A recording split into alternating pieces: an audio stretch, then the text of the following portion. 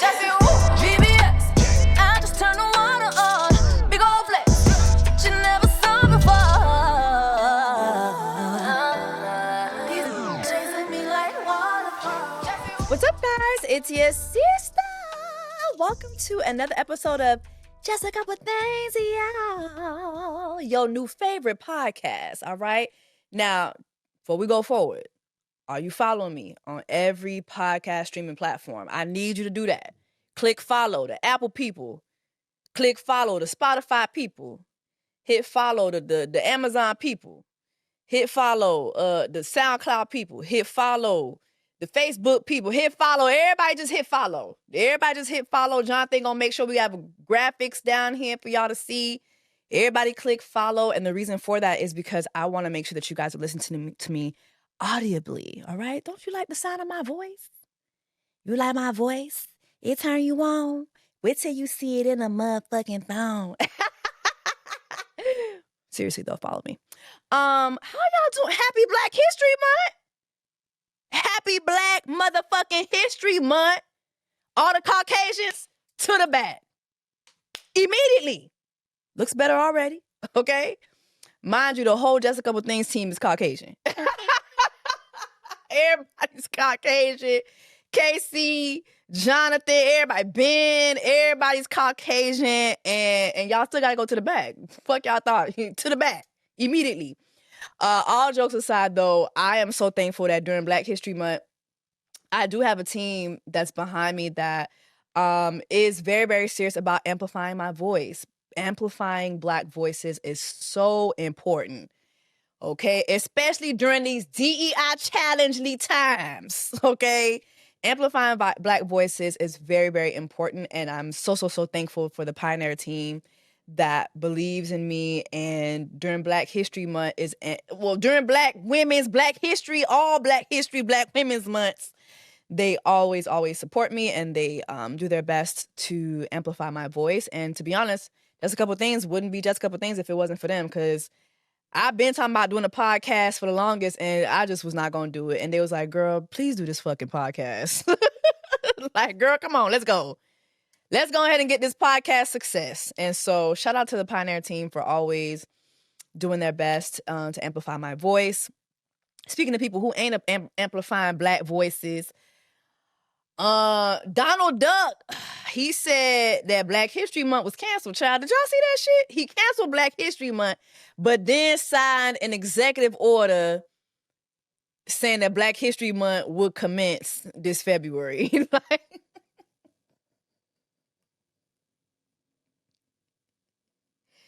that ain't some bullshit. Also, too, there was this leaked memo. Shout out to Here's Why Kevin Ortega. He has a very, very good news outlet that he runs called Here's Why. And he was able to show us this leaked memo stating that federal agencies will not acknowledge Black History Month. And he showed that.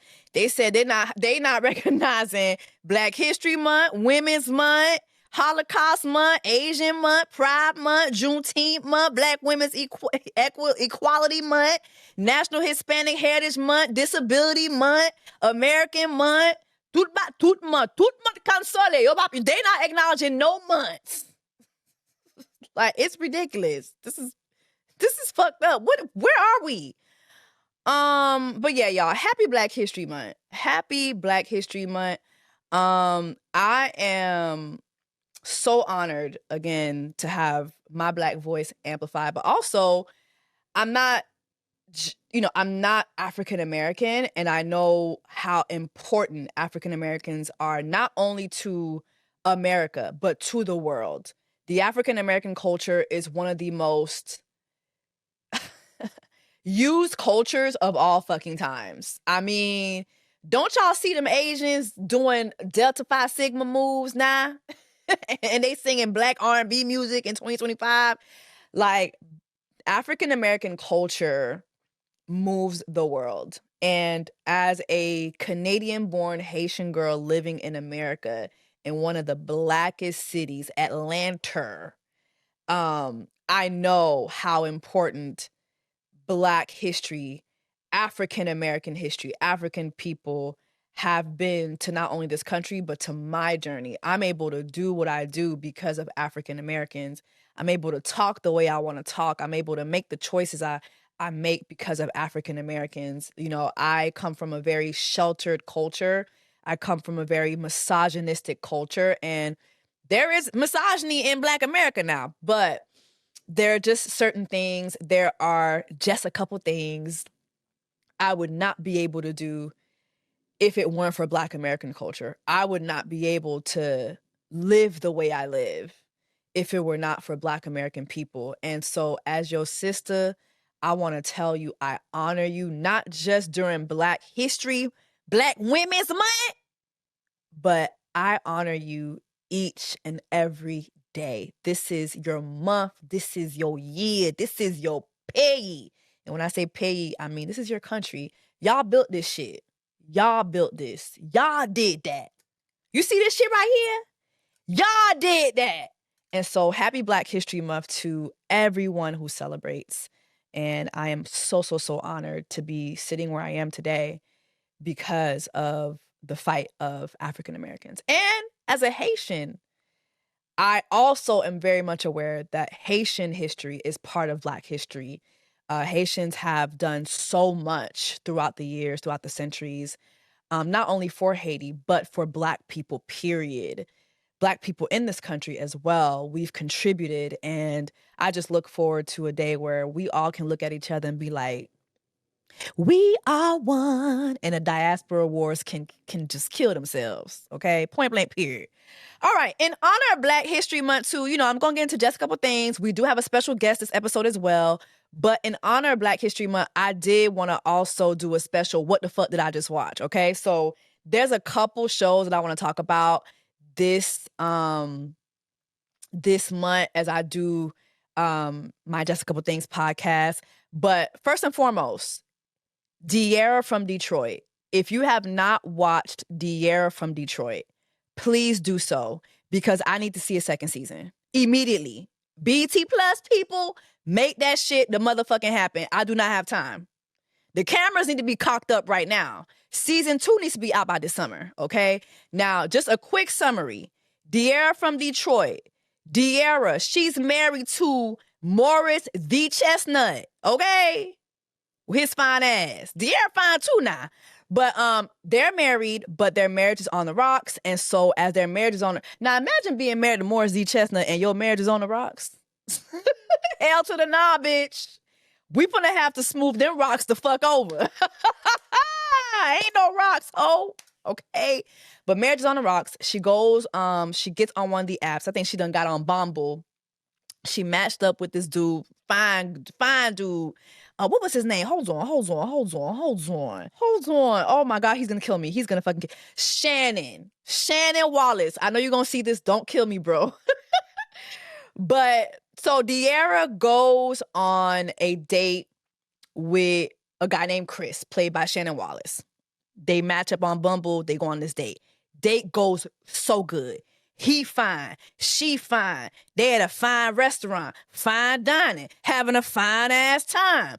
The time goes by so damn fine, they go to her crib and have some more fine time, right? I'm talking about legs to the moon, okay?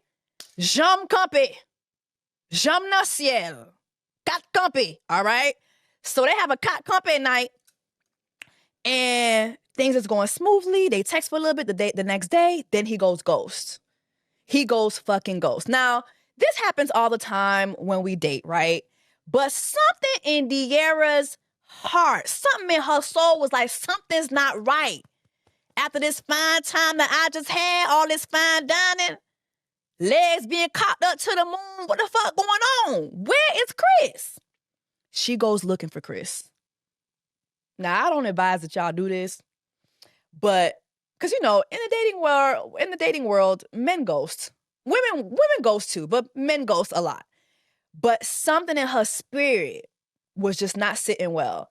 She goes on the hunt to find this man, and lo and behold and lo, this man really got missing. I'm talking about face on a milk carton missing.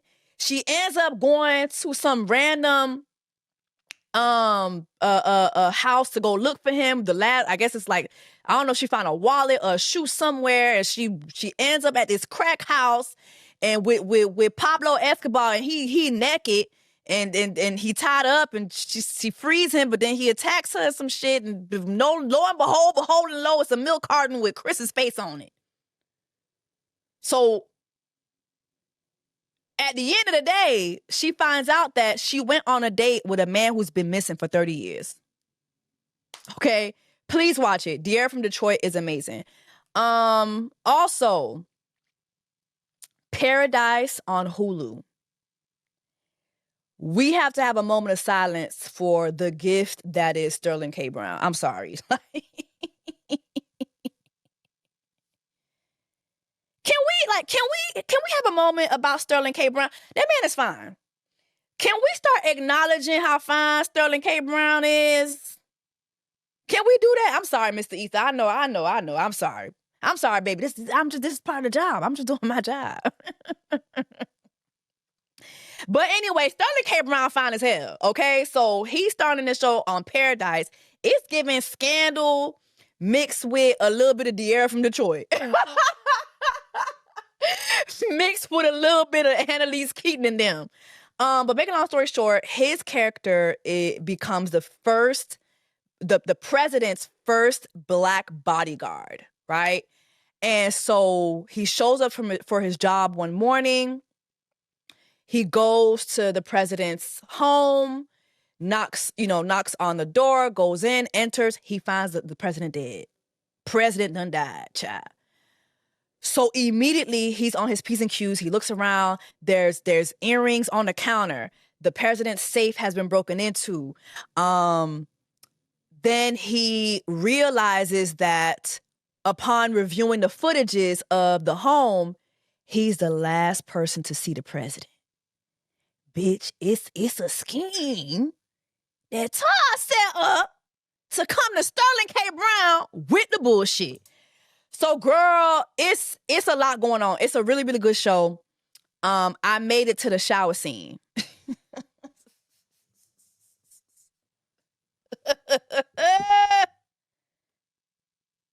made it to the shower scene.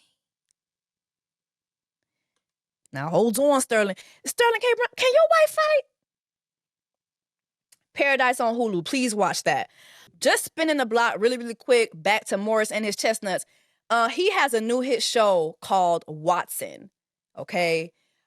He is a physician and a former detective on this show. It debuted with 13 million viewers 2 weeks ago. Please watch it. It is a very, very, very good show. Morris Chestnut has led several primetime television series over the years, and it just seems like it will have a good first season, then we never see it again. Please don't let that happen again, okay? Let's support Morris the Chestnut and watch Watson. Thank you very, very much. All right, y'all. Moving along, just a couple things, and we're going to get into this episode's guest. Donald Duck said LGBTQ is canceled. Okay? Y'all's president said that. He said the State Department changes LGBTQ to LGB. Erasing trans people, all right? So you Bruce Jenners who went and voted for Donald Duck, did y'all see how Bruce Jenner just the other day was on Twitter talking about, yeah, pro Donald? Like, he was trying to clown somebody, and it's like, girl, sir, you know you voted for somebody who will never call you Caitlyn, right? You know he calls you Bruce, right? Your mama called you Bruce, Donald calls you Bruce, we all call you Bruce. And you just a joke. Like, please, sit your ass down. But yeah, he has erased the trans folks, and it is pretty crazy because there's a big part of the trans community that did vote for Donald Duck. So it's just crazy. Also, we want to definitely give our condolences to the victims of the DCA crash last week. Horrible crash that I just still to this day, I just cannot understand. Donald Duck blamed DEI for this. Keep in mind, he got rid of DEI prior to the crash. and still was able to write an executive order that blamed Joe Biden's DEI initiatives for the crash. Like, it's just really fucking disgusting. And when he was asked if he would visit the site, this was his response. You tell me, what's the site? The water? Or to meet with the first responders down there? He said he had no plans, and he actually also laughed and said, what do you want me to go do? Go swimming? Like, disgusting. There's been an outpour of condolences and outcry for the victims of the crash. I mean, there was one young lady, I believe her name is Kaya Duggins. She was set to become a professor at Howard University this fall, and I believe she was a graduate of Harvard University. She was a civil rights lawyer. Like, it's just a lot. It's a lot. Yeah. Ugly times. We have a priest who did the Adolf Hitler, the Elon Adolf Hitler Musk salute. I hope that I can encourage you, and my heart goes out to you. God bless. What the fuck? What the fuck is happening? Why is Father Sean King doing the Nazi salute? And by the way, this man is black. This is a black man. This is a black man. This is a black man doing this shit at a pro-life conference. Whew. Next, what else, child? It's so much shit going on. Last week it went viral. Rachel Kirkconnell, she did the Call Her Daddy podcast, and she talked about how Matt James broke up with her out of nowhere. They went from discussing marriage and him saying, just like how he couldn't wait to marry her, but mind you, they was never engaged, to all of a sudden them taking a plane ride together, and right as the plane is about to board, he puts in his Insta story that, yeah, they are no longer together. And she finds out that they're breaking up through friends who see the Insta story. Like, it's crazy fucking work. It is crazy fucking work. The internet is showing this girl so much empathy, so much love has gone out to her.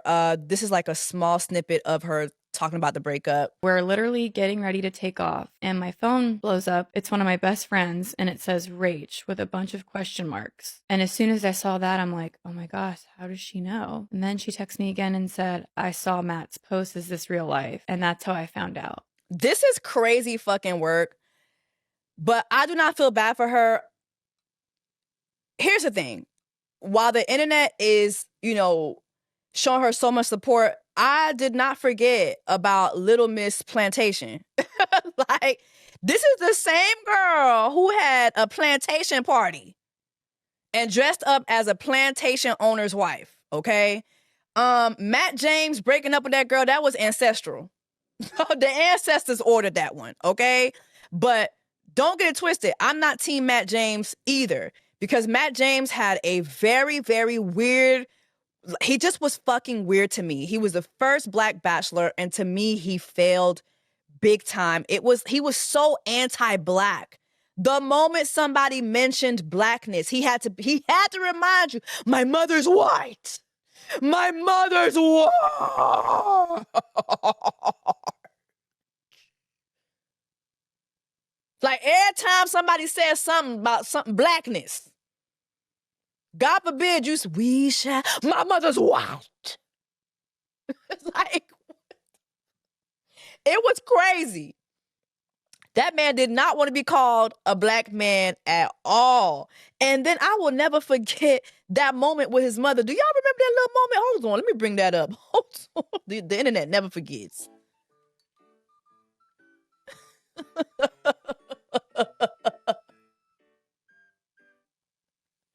Do y'all remember how he was just caressing his mama leg like that down to The Bachelor?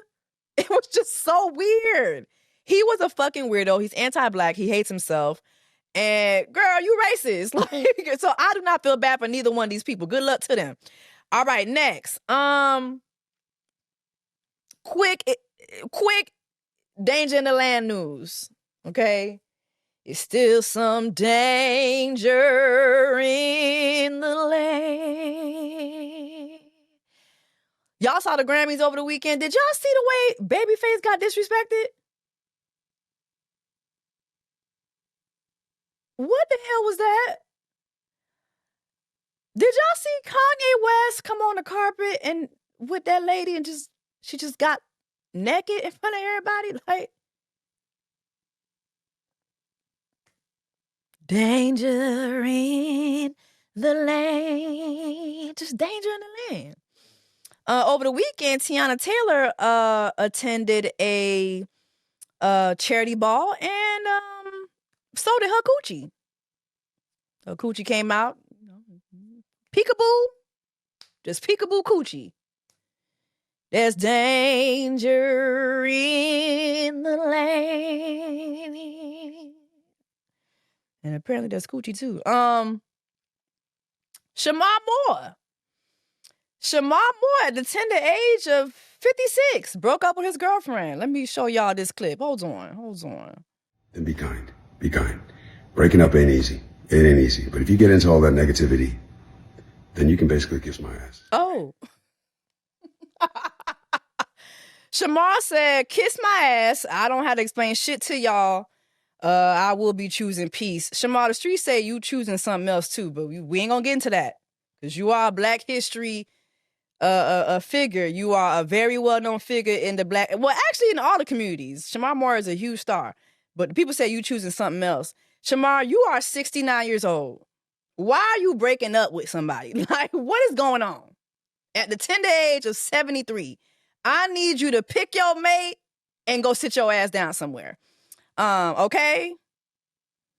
There's danger in the land. Speaking of danger in the land, did y'all see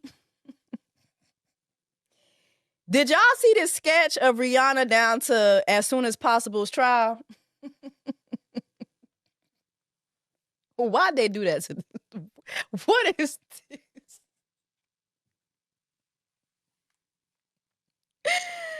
Before you lock my love away, before you lock my love away, let me testify. It's giving that comment, you accuse me before you lock my love away. Why they put Rihanna's wig like back here? Like, that's fucked up. Now, my sister do got a lot of forehead. She got a forehead, she got a 5 head, she got an 8 head, yes. But it's not, the wig don't start back here. That was fucked up. Disrespecting Rihanna during Black Women's Month, that's fucked up. I don't give a fuck if she down to As Soon as Possible's trial. Have some respect. Speaking of danger in the land, child, Taylor Swift denounces her friendship with Blake Lively. There's danger in the land. Bitch, it's danger in the land, ho. Taylor Swift saw that lawsuit shit and said, bitch, I do not know that lady. My name is Judas. I do not know her. I don't know who that woman is. Taylor Swift, according to the Daily Mail, says she's taken a step back from her friendship with Blake Lively after feeling like she was used as an intimidation tactic by the actress in a lawsuit she never wanted to be embroiled in. And if this is true, she's correct, rightfully so. Because Blake Plantation, Barbie Lively ain't shit for using Taylor Swift like that. Taylor Swift do not be bothering nobody. She just be down to the Grammys, twerking offbeat to They Not Like Us, to Kendrick. Did y'all see that shit over the weekend? The way Taylor Swift was just dropping ass down to the Grammys. The way that beat, when the beat dropped, but They Not Like Us, it was Taylor just dropping all types of ass that she ain't got, period. Taylor Swift is all right with me. I'll never forget her dragging Trump ass. Was it Trump or was it Vance? She dragged one of their ass. The fact that Taylor Swift, the Swifties couldn't get Kamala in the office, there's danger in the land. The Swifties, the Beehive, the Navy. girl, that's danger in the land. She said, Blake, keep my name out that shit. I do not got nothing to do with this shit. Now, right now, the voice memo that Justin Baldoni and his team dropped, rightfully so, is going viral. And a lot of people are losing the whole context of why that voice memo even exists, okay? So before that voice memo, this is what had happened, okay? Blake Plantation, Barbie Lally invited Justin Baloney to her penthouse. And who was there? Lo and behold and lo, Queen Swiftie. And Ryan Reynolds, who we need to send his ass back to Canada, period. Trudeau, come get your people, including me. I'm finna self-deport. Got time to be waiting for Donald Duck to knock at my motherfucking door. I'm going back to Canada the way I belong. But what was I saying? Okay, so yeah, Blake Plantation, Barbie Lally have invited Justin Baldoni down to her penthouse, and Taylor Swift and Ryan Reynolds were there. Why did she invite him there? She had rewrote the famous rooftop scene that everybody keeps arguing about in these two lawsuits, okay? She rewrote it using Ryan Reynolds' writers. Keep in mind, the movie was already written. We just hired you to act, girl. And not only did Justin hired her to act, he also gave her a producer credit, all right? That wasn't enough for her. She needed to overtake the movie. And in all his evidence, if you still choose to not believe that, I am going to choose to believe that you are fucking dumb. The evidence is overwhelming, okay? So she gets him to go over there to her penthouse. Ryan Reynolds, Taylor Swift are there, and they're basically telling him, yeah, like this scene is great. Like the way she wrote it is awesome. You need to use this in the movie. Basically coercing him into accepting the script, right? His response was, well, you know what? We've already had the script ready. So you know what? We will probably do a mixture of what you've written and what we already have. That wasn't enough for her. That wasn't enough for her. Okay? She expressed to him that, hey, usually what happens is when I get hired on these movies, I'm told that I'm going to have a collaborative, there's going to be a collaborative effort, it's going to be teamwork, and then usually it doesn't happen like that. I'm usually X'd out of everything and I'm just an actress. All right? And he's like, yo, that sucks that you've experienced that. This is definitely not going to be that. I want you to be involved. And he sends her a series of texts where he says this to her. He rereads the scene. This is the text right here. Great. Also was working on the rooftop scene. I really love what you did. It really does help a lot. Makes it so much more fun and interesting. I would have felt that way without Ryan and Taylor. You are really a talent across the board. Really excited and grateful to do this together. So he lets her know, girl, you ain't had to try to coerce me by using Ryan and Taylor. I was going to like this anyway. That's not enough for her. She has to lay it on thick, and she follows up with this text. That's very much appreciated and means a lot. I'm deeply inspired by the film we're going to make outside of the successful book. We have such an opportunity to not only surprise people who love this book, but reach an even bigger audience by making an undeniably dynamic and also commercial film. The moment that excited me the most the other day was when you said you're not funny. You are going to kill that rooftop scene. You know it, I'm sure. Even though it was said in a playful, self-deprecation way that we all participate and made me think of the process as a whole. Please know, I trust that on day one, you've got me. And I hope that you trust that I've got you, if you want it. She also says, we're in this together, and we are two of the most determined people we know, or I know. We also have very high bars set for ourselves. To collaborate with the type of partner is a gift that neither one of us will squander because we both care too much about the result and also the experience. I have no motives except for you to win as a director, as an actor, as a studio, as a writer. If you win, I win. If you win, our movie wins. We are aligned. I will bring everything I have to this. And then she goes on to tell him this. If you ever get around to watching Game of Thrones, you'll appreciate that I'm Khaleesi. And like her, I happen to have a few dragons, for better or for worse, but usually for better, because my dragons also protect those I fight for. So really, we all benefit from those gorgeous monsters of mine. You will too, I promise you. That's not weird to y'all? That's not coercion to y'all? And so the voice note that everybody is like up, like up in arms about is a result of that. Here's a little bit of the voice note. I want to start with an apology. Man, reading the second part of your message, my heart sank. And I'm really sorry. I for sure fell short. And you worked really hard on that. And the way you framed it and how that made you feel, I just want to say thank you for sharing that with me. Now hold on. Because I'm not Team Ryan Reynolds on this, but if I was Ryan Reynolds and I heard Justin Baloney whispering to my wife like that at 2 a.m. in the damn morning, yeah, I would want to set some shit off.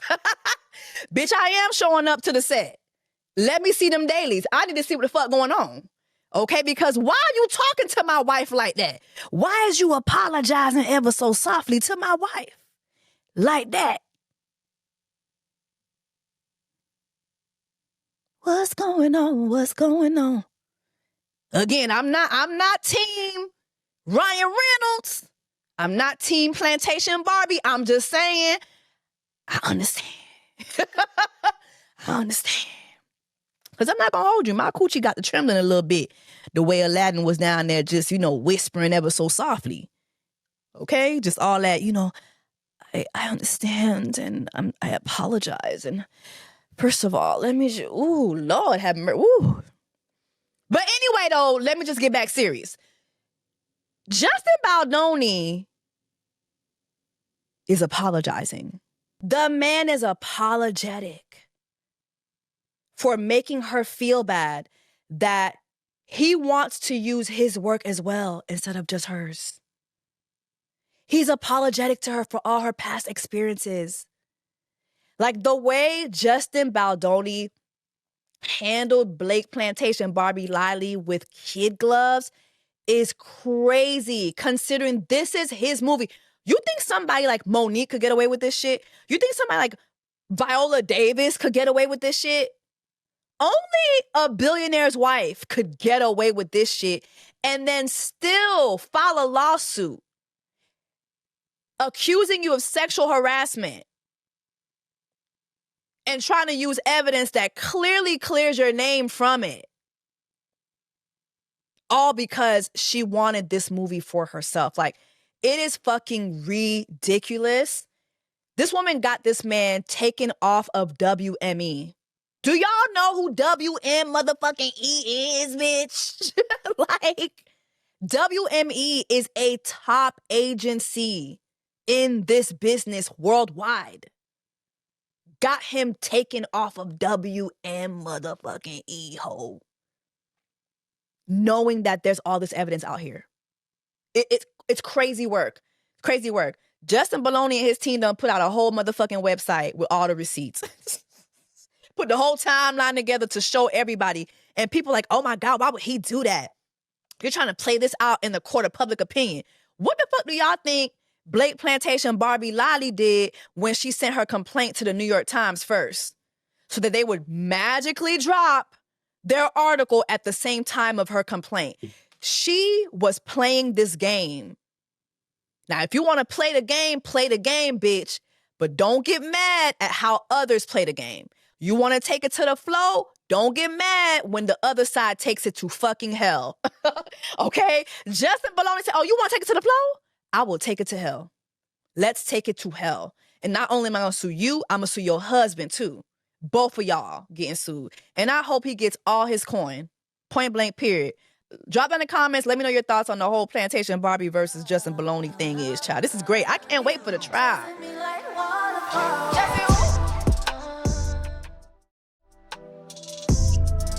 Now for this week's special guest. I haven't had a guest in a... Well, actually, I had a guest last episode. Sherelle, thank you so much for being our guest last episode. But this episode, we have the one, the only Medinah Ali. She is a co-host on one of my favorite podcasts, Cocktails. And without further ado, here's our interview.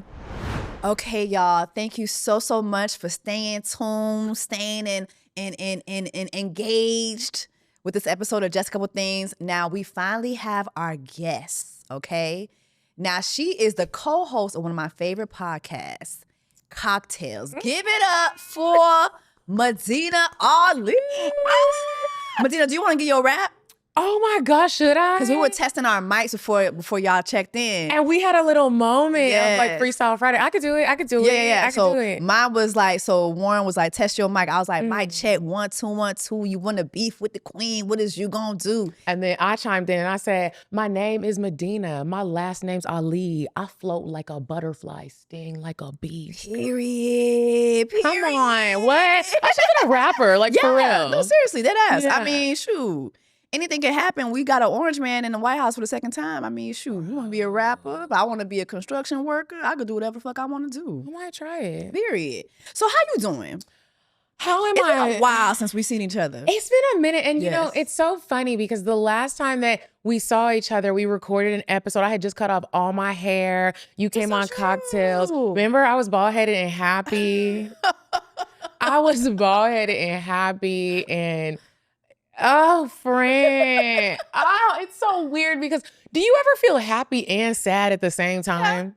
Maybe I think that usually happens when I'm closing a chapter and I'm going into another one. And that's where I'm at. It's like there's so much happiness, there's so much sadness, there's so much chaos, there's so much peace. Oh. There's so many doors opening, there are doors closing. Period, yeah. And sometimes when them doors be closing, you be like, wait, Right. wait, can y'all come back in? Yeah. I'm knocking. Hold on. Oh no, like I ain't done. I'm putting on my shoes. Wait a minute. Like that's how I'm doing. Yeah. Like I'm definitely going through a real healing journey. Not like the little healing journeys that we see on Instagram where it's like a reel and you light a candle and talk about therapy. It's like a deep dive. It's like I'm like reintroducing Medinah to Medinah, and that bitch is wild. Yeah. Really? Yeah. What do you feel like you're learning about Medinah right now that you didn't know before? That I put other people's, I need a lot of validation. You? Isn't that wild? I wouldn't. I can't even believe that I said that. I wouldn't pin you to be that way. Yeah, I think sometimes relationships highlight some of your insecurities, and that's what it highlighted. My relationship highlighted in me like some of just the insecurities that I really do want to face and like do better. Really? Yeah. So do you think that like comes from something? Your need of validation? Do you feel like you've always been that way now that you look back? That's what I'm learning, honestly. I'm buckling up and we about to see. Like it's like, what's gonna be revealed? So Well, I think it's good. I think like if you're healing, I think that's good. I think like healing is something that happens constantly. I think like for me, I'm at a stage where sometimes the more understanding I get, the more mad I get about things that happened when I was younger. And then I have to like face them again. Cause I'm like, okay, so why the fuck did y'all do this to me? yeah. Or why was this done to me at this age? Or like, why was I subjected to this? You know, y'all ain't understand what the fuck was going on. Like, you know, like, so I'm kind of facing these things that happened to me again as an adult. And I think that needs healing again too. Like that's because sometimes you think you healed from some shit. You be like, oh No, hold up. no, I'm mad again. Yeah. So I think that's probably like where I am as far as like my healing journey, child. I don't really talk about that. I don't feel like I'm someone who should talk about that. But I do feel like you said, sometimes you do see it on socials a lot and you're like, okay, is this person really like Like, what's the work? Are you Right. at work? Are we just Doing Pilates. right? I do want to try Pilates. I do too. I do too. Okay, we The got girls are. It's. I think it's taking over Atlanta a lot. Especially black women are really Yeah. taking over Pilates. No, We yeah. are taking over the world. No, literally. But let's talk about Atlanta Oh. because I really want to talk to you about dating in Atlanta. Oh. Sorry. So we're in February. I mean, this is gonna be in February, but we're in February. February is the month of love. Love. And I feel like Atlanta has so many folks, so many beautiful women, so many good looking guys. But the love, where's the love? I don't really see it. The dating pool here is crazy. And I kind of want to talk about my experience dating here, but also like yours. Maybe talk about like, you know, the do's and don'ts of dating in Atlanta. 'Cause I feel like the girlies really need tips. And sometimes when we talk about Atlanta is a reflection of what's happening in other like big metropolitan cities like New York, like, you know, LA, Miami. But I think Atlanta is just the epicenter because we black. Like Atlanta's like, Georgia not black. Atlanta's black. So like, what has been your experience dating in Atlanta? My experience, I've had so many. Y'all got to listen to the podcast. Ooh. So it's really interesting because I've had some really great dating experiences in Atlanta. I won't just all the way be like dating is trash in Atlanta because my experience has been weird. Yeah. Some really great dates and then some really just the dates are amazing, but some of the people have been very interesting. So I think that Atlanta can trick you. And that's a good one. It can trick you. And I'm not talking about like the tricks that the women be wanting. I don't know if they still want that. It's been a minute since I've been on. No, the girls still want to get tricked on. They now. still want to get They tricked still on. want a Chanel bag the first date now. Really? Have you ever been that girl? No. I haven't either. I No. tried to be and it Sometimes- always me got me in too. trouble. Me too. I'm not good I at think it. for me, what I usually get is a man that has experienced that girl and now they're looking for me to be the good girl, to be, no, I want a Chanel bag too, nigga. Where the fuck is my Chanel bag at? Where my Rolex at? See, I don't be knowing what to want, honestly. Like, I remember one time, like, there was a rich man and I was dealing with him and he took me to the mall and I was just like, No. I actually don't even know where to begin. I'm not one of the girls where it's like, and I know all the designers and I know all the bags. I'd be having to You didn't Google see stuff. nothing that you like? I just didn't know what to do. I was really stressed. I was like, let's just go get food. Medina. I'm just hungry. Like I was sweating.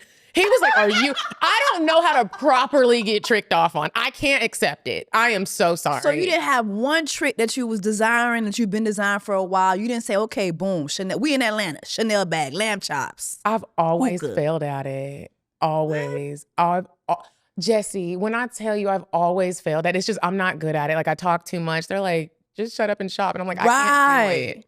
You Young couldn't man, be quiet and just shop, Medina? I couldn't do it. I'm sweating now, even just thinking about it. I get so stressed about stuff like that because I'm instantly like, oh my gosh, is he gonna think I'm using him? So? There's so many men. Like I think about my 20s and I'm like, I wish I could just go back. Yes. No, but honestly, I'm like clowning you, but I'm not, because like that was me. My thing was I was always scared of what the man would expect in return. Like, yeah, you done got me all this fancy stuff the first date, but now you expect some coochie. Now No. you need some cheeks. No, right. Like, it's like, come on now. I didn't know the Chanel bag came with coochie lips too. So I'm just like, I was always scared.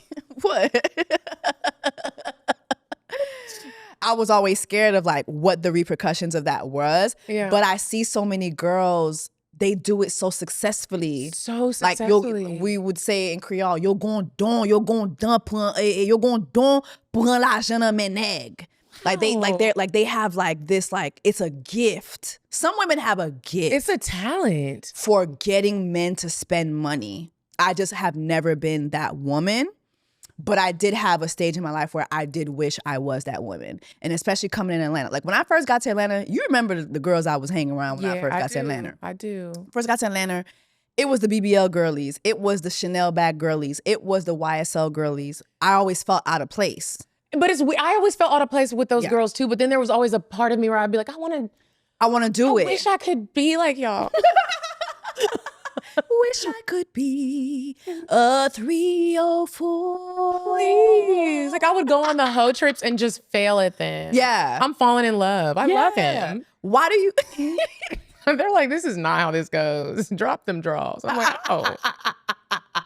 Okay. Why do you think? Okay, so you've never been tricked on. Okay. I have been loved on. Okay. Like I didn't do good with the trick lifestyle. It's like we're gonna end up falling in love, and then that's where we'll show our love for each other. Yeah. If that makes sense. Yeah.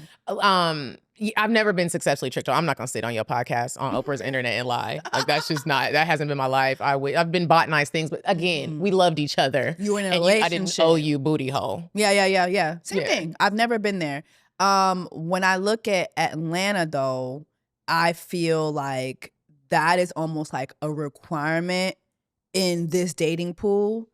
And again, I feel like I would always be like on the other side of a man who wanted to like not do that anymore. Like I remember last year, I went through like this Ghanaian man phase. Mhm. I don't know what happened, but from November 2023 up until March 2024, when I met my boyfriend, I had like 5 Ghanaians. I don't know what happened, but I was in Killy Willy land. I don't know what happened. And there was the final guy. He's well-known guy. And we had been kind of talking to each other throughout the years. But you know how like you kind of talk to somebody, but they really give you like no effort really? Yeah, they're just like, you hungry? Right. It's kind of like, And then like, he was supposed to meet me in Ghana for Dirty December. Like we talked about it extensively. Like he had a place in Ghana supposedly, and I was supposed to stay at the place. Bitch, I get to Ghana, this man ain't never come. Now, thankfully for me, I already had my group of folks that I was gonna go with anyway. But just like left me stranded.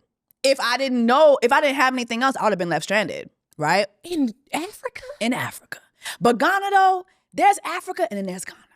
Ghana, you could be stranded and have a good time. Okay. Yeah, you're gonna have a good. You ever been to Ghana?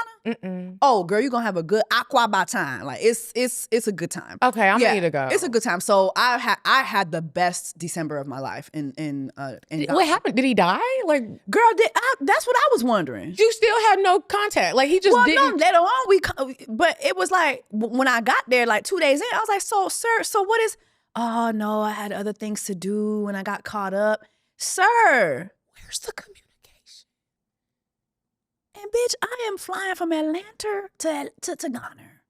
Atlanta To Ghana. to Ghana. And it be stuff like that goes on, and you're like, what are we? Am I okay? Right. No, are seriously. you okay? But back to me. Am I and okay? am I okay? Yeah. That's Yeah. what started. I've been in a relationship for the past 2 years. No longer in it. Very sad. Oh my gosh. Don't know what I'm gonna do. I saw a reel the other day where it was Michael Jackson like walking up through the Grammys and everybody was cheering, and it was like the streets welcoming you back after you thought you found it. After you thought you found your soulmate. And I laughed and cried. I was like, the sheer thought of going back into the streets. And I'm trying my best to have a positive vibe about it. Mm-hmm. But one of the last dates that one of the last people that I was dating in Atlanta, not my boyfriend, this was before I had gotten a relationship, Jesse, he wrote a 3-page Google Doc about me. And what it was like. I mean, I gotta show you it. I still have it because I always go back to it and reference it. Because I'd be like, again, what was wrong with me? He wrote a Google Doc. Oh, a Yelp review? Like a Yelp review, and it was very detailed. There were quotes, there were sayings I should have said, dollar amounts of what I should have suggested, how I should have. It was very interesting. And he not only did he send it to me, he found my family on Instagram and sent it to them who he did not know them. He sent it to my older brother, my sister, my older sister, and my best friend, and my mom. Wait. What prompted this? First of all, What prompted this? Was so long ago. why would this man write a 3-page? There was something that happened where we were just like, I was like, I'm not going. We were supposed to go somewhere for Halloween, and he ended up being late, and I was like, I can't wait for you. The party bus is leaving, and I was like, I'm just done. I don't want to talk to you. Yeah. We maybe were talking for like, he was Mario and I was Luigi. Okay. And then I was just walking around the Halloween party just Oh, Luigi hell by no. myself. Okay, see, It Nah. still didn't call for what. Yeah. Wait, so that's what prompted, so he was late. He was late. So you was Luigi. You was solo out here. I was solo Luigi. Mind you. We weren't boyfriend and girlfriend, mind you. We weren't. But it still was like the lack of communication. And then you get very communicative and put together a beautifully formatted, there were bullet points. What was? Do you want to see it? Yes. I got to show this to you because I always bring this up. Again, this, if you listen to Cocktails, you already know that this happened. But I always bring it up because I was like, what exactly are we doing outside? How did I? No, because I want to know why this man wrote a 4-page letter. Yeah, and he thought that And then he sent it to your family members. Did he send it to friends too? Or? He sent it to my best friend. He sent it to Hannah. Shout out to Hannah. Oh, what? Shout out to Hannah. Okay, I found it. Now, you won't have time to go through all of this. I just want to see some of the bullet I'm going to points. scroll down to relationship deposits. I can't make this up, Jessie. This literally looks like a contract. It looks like a contract. It looks like a contract. That gave me PTSD. As forementioned, oh, this man is using long ass words. He was a finance bro. I'll never do that again in my whole entire life. I will never do that again. And he smoked hookah at 9 a.m. in the morning. What was in the hookah? Hookah? What's in hookah? Tobacco? I don't even know what be in hookah. That's why I be dizzy and shit. What's in it? Tobacco. That's what's Yeah. in it. So I'm smoking for You're real? smoking 7 packs of cigarettes. I've done it too. No. Yeah. That's why I be feeling like that. That's why you be feeling like that. They can't put like a little nitrogen or some shit like that. Maybe they can make a little vegan hookah. Yeah. Smoke a little. We need to have, like conscious hookah. Yeah. Okay. Relationship deposits. As forementioned, let's remain on the 1024 date. Purpose of this. Because Okay. it's going to be a story that you need the background to that I'm not about to give it to. Okay, so what is should I focus on the bullet points? Go to relationship deposits. I'm in the relationship deposits. Oh. He said, purpose of this interaction was to express my concern with the relationship deposits or lack thereof I felt were made on your end. During the discussion, you took that as me saying you don't spend money on me. See, that don't even sound like you. At all. But that's not all. And he was talking about me spending money on him. He used to be like, where are my gifts? And I would get him finance, gifts. bro? Finance, bro. I said, I'm buying you gifts. And it worked. Because that's not all. What was I saying? I'll share some examples of what we mean by relationship deposits. Bullet point. I know we go out all the time, but how about we stay in and I cook for you? Again, not my boyfriend. See, let's be mindful of that. I knew him probably 4 weeks. So not even a real month, really. Mm-mm. Next bullet point. How about I pick you up from the airport? This man want an airport ride? That's for love. I'm sorry. That's for love.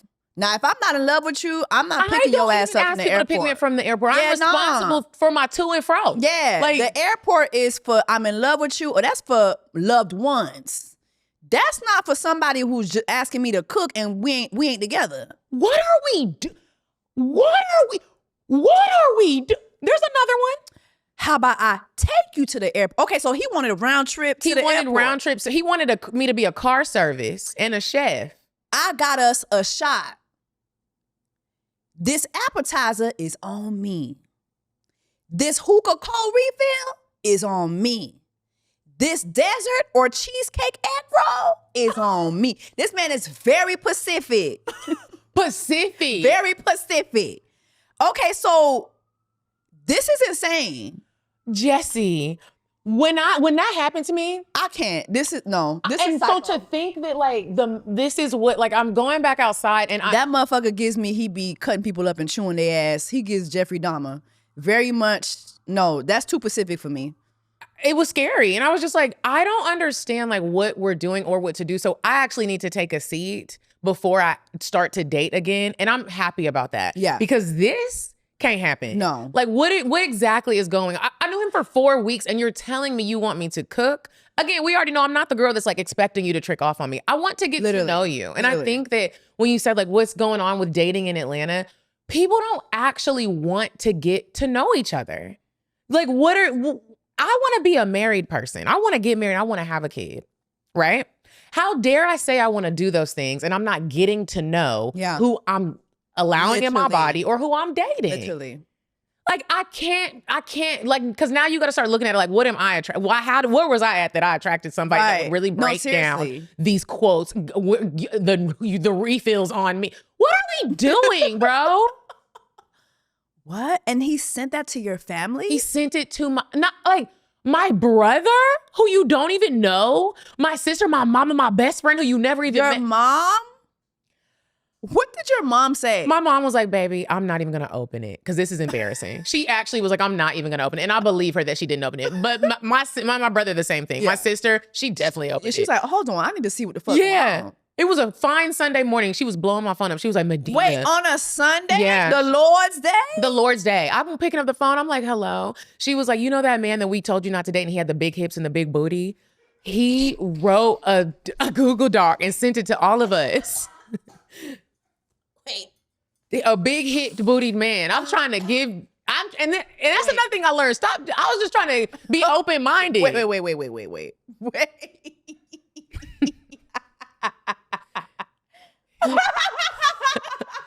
Beware of those big hip men. Wait, hold on. Yeah. Hold on.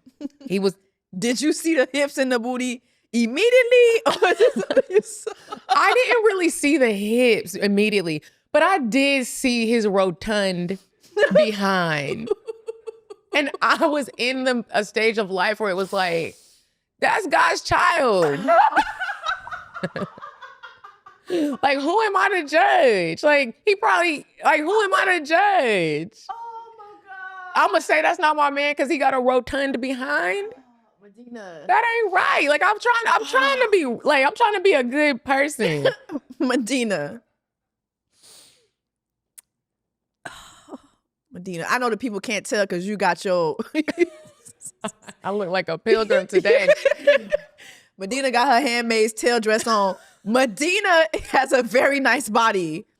There is no reason why a nigga should come into a relationship with you and he's more cheeked up. He was double cheeked up, but you ever been dating? This is why you got to get to know yourself. Because have you ever gone back and rewound and looked at some of your dating time frames and you're like, I was weak then. Like, I was actually in a weak moment. And and it shows in the people. Oh, yeah. You just reminded me of one dating experience I had. Now, it's a reason why I asked if you saw the hips up front. I ain't see the hips. Eventually, I saw the rotund You booty. did see the rotund up front. Lord, this was in my 20s, though. I feel like 20s, that's when you make all the stupid-ass decisions. But this was in my 20s. I was working at the bank. And there was this dude that would come in all the time. He was so fine. Ooh. He had his own like liquor store. Like he was, like he was black. He had a business, he was tall, he was dark, he was all the things. Yes. But he always had a little bit of asshole to him. Just a little bit of asshole to him. But one thing about it in Miami, I think in my 20s, I experienced men tricking on you. Like they spent money on you. Mm-hmm. Like, even if it wasn't tricking, like, they did spend money. It was never, oh, you ain't gonna pay for this. It was never that. I never experienced that in Miami. So Kenny would always treat me well. So it was my birthday. And I don't know if it was like my 23rd birthday or my 22nd birthday. He was older. He was in his 30s. And he took me to the Capitol Grill. Okay. I haven't seen Capitol yet. Girl, a bitch used to go up for lobster mac. Like, that used to be the thing. So we down to the Capitol Grill having lobster mac. He pulled out my gift for me. It was a Michael Kors watch. It was rose gold. That was a popular watch at the time. It was. I was doing it big, bitch. So I was like, okay, we've been seeing each other for a minute. I'm finna give him some pussy tonight. You know what I'm saying? We had not did it yet. I was gonna give him some pussy. So then we get to Kenny's place. And it was nice. It was a nice place, like, and so when it's time to do the do,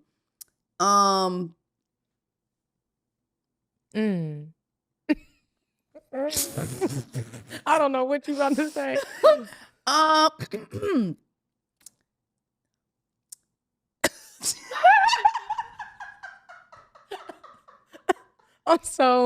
I'm nervous. The package at which he was wrapped, that wasn't what was, you know. Oh, That's why I said, did you see everything up front? So we get down to the bedroom, whatever, we touching, and I'm like, I felt something hard. Next thing you know, there was a girdle on the floor. So he was wearing a girdle. Okay, he was wearing a girdle. So, and I'm sorry, I don't want to like body shame. Was he thick? Did he have that surgery and he had loose skin and he didn't have the money yet to I get don't the know skin what it removed? was. I don't know what it was, but there was a girdle on the floor. And the man that I thought I had been seeing, that wasn't it. Like, in the package, when he was dressed, he looked very much like, you know, like, because I like husky men now. Don't get me wrong. I like me a little husk. But it was very much, it was, you know, Yeah. it wasn't, there's husk and then there's, and my thing is, let me know that. You know what I'm saying? Because I dated fat men. How should he have let one know that? By not wearing a girdle. Like, like he was Okay. wearing a body magic. He had body magic on. Did y'all continue?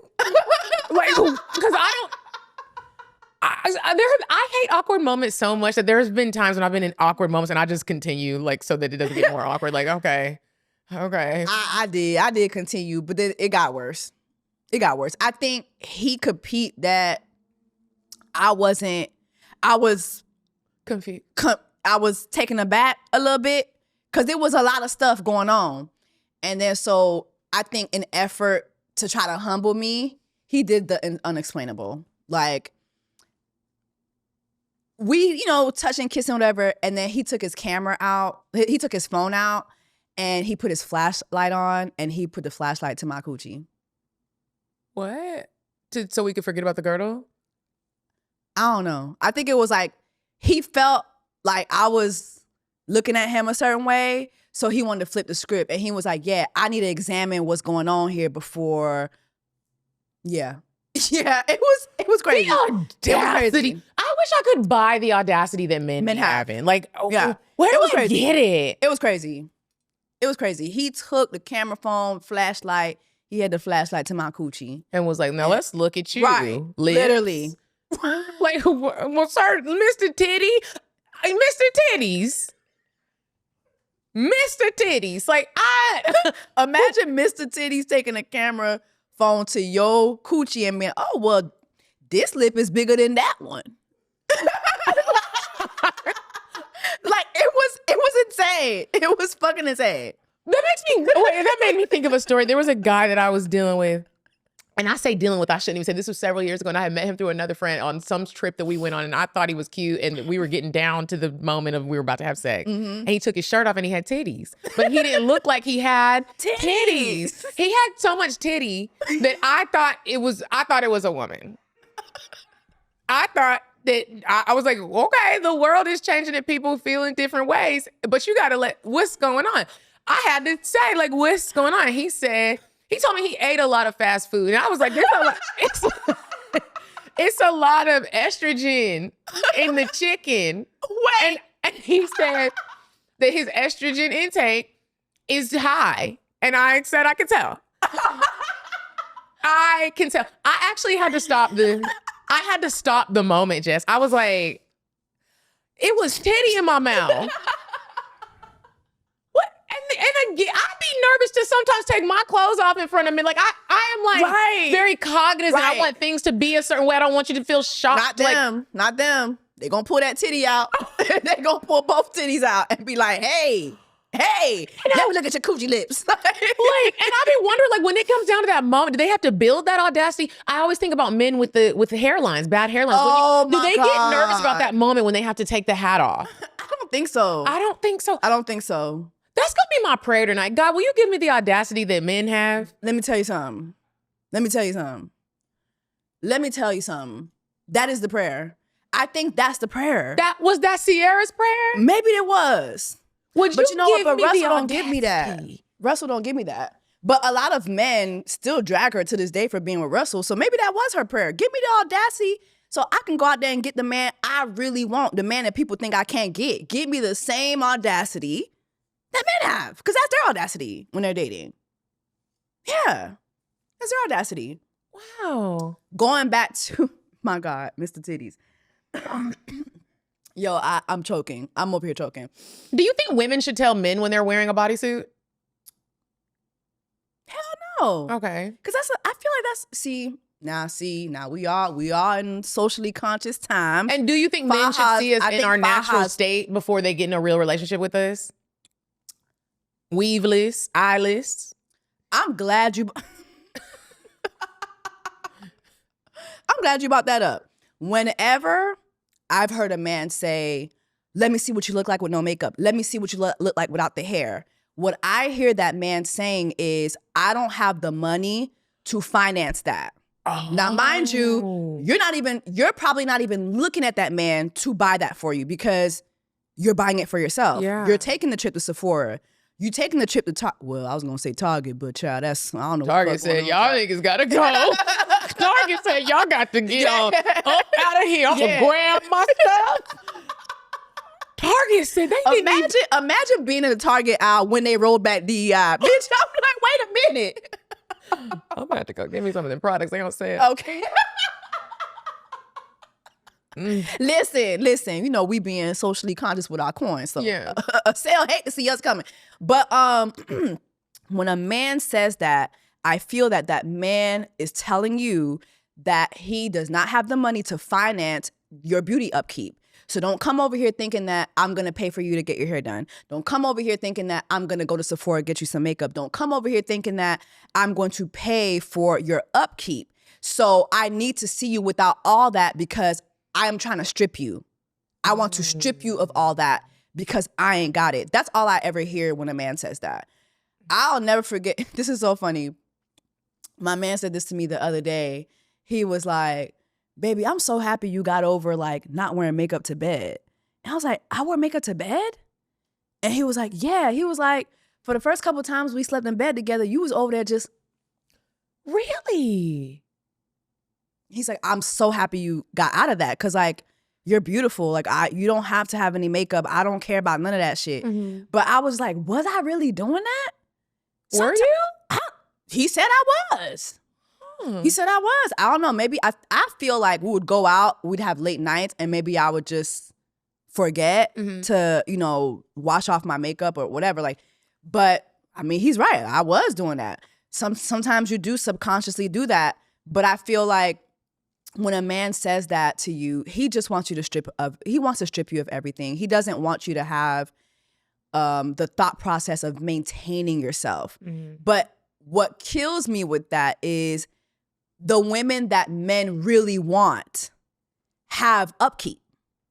So when a man is coming to you and saying that, I feel that that man doesn't really want you. That man just sees you as someone that he can strip. That's how I see it. I don't want no son.